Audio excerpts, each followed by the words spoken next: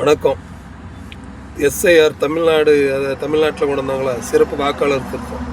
அப்போது நம்ம நடிகர் விஜய் ஒரு வீடியோ வெளியிட்டார். அதில் திமுக தான் குறைச்சிருந்தார். அந்த தேர்தல் ஆணையத்தை பற்றியோ பிஜேபி பற்றி பேசலை.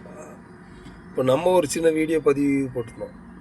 இவங்க தேர்தல் நேரத்தில் கலவரம் பண்ண வாய்ப்பு இருக்குன்னு சந்தேகமாக இருக்குன்னு. அதைத்தான் நேற்று 2 பயிலோ தாவேக பயிலோ அவங்க கூட்டத்திலே பாட்டில் தூக்கி எரிஞ்சிருக்கானுமா. எரிஞ்சிட்டு இப்போ கைது பண்ணியிருக்காங்க அவங்கள.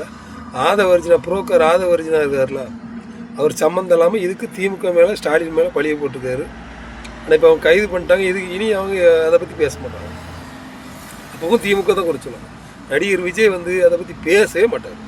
ஏன்னா இவங்க திட்டமே தான். இவங்க முதலமைச்சர் ஆகிறதுக்குலாம் இவங்க அரசியலுக்கு வரல. சங்கிகளின் அடியால் தமிழ்நாட்டில் இவங்க வேலை பார்க்குறாங்க. அதுக்கு தான் அரசியலில் இவங்களை இறக்கி விட்டுருக்காங்க. இவங்க ஓட்டு போட்டு முதலமைச்சர்லாம் விஜய் வரவே இல்லை. அதனால தான் விஜய் திமுக மட்டும் எதிர்ப்பார். அரசியலில் மக்கள் திட்டமோ மக்களை சந்திக்க எதுவுமே பண்ண மாட்டார். இவங்க திட்டம் ஃபுல்லாக இதுதான். திமுகவுக்கு அந்த விஜய் ரசிகர்கள்ட்ட திமுக எதிராக காட்டணும். வருங்காலத்தில் பிஜேபிக்கு ஆதரவாக செயல்படணும். இப்போவும் பிஜேபிக்கு அடியால் வேலை பார்க்காங்க. இதைத்தான் அவங்க செய்கிறாங்க. அதனால தான் கலவர யுக்தியில் ஈடுபடுவாங்க. சங்கிகள் வேலை இவங்க பார்த்துருவாங்க. காவல்துறை கவனமாக இருக்கணும், அரசு கவனமாக இருக்குன்னு சொல்லுது. இப்போ தேர்தல் ஆணையமும் ரொம்ப கவனமாக இருங்க.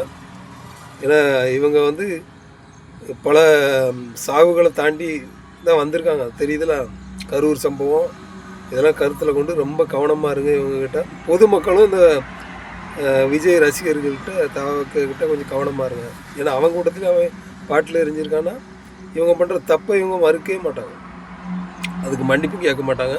பொதுமக்கள் கவனமாக இருங்க.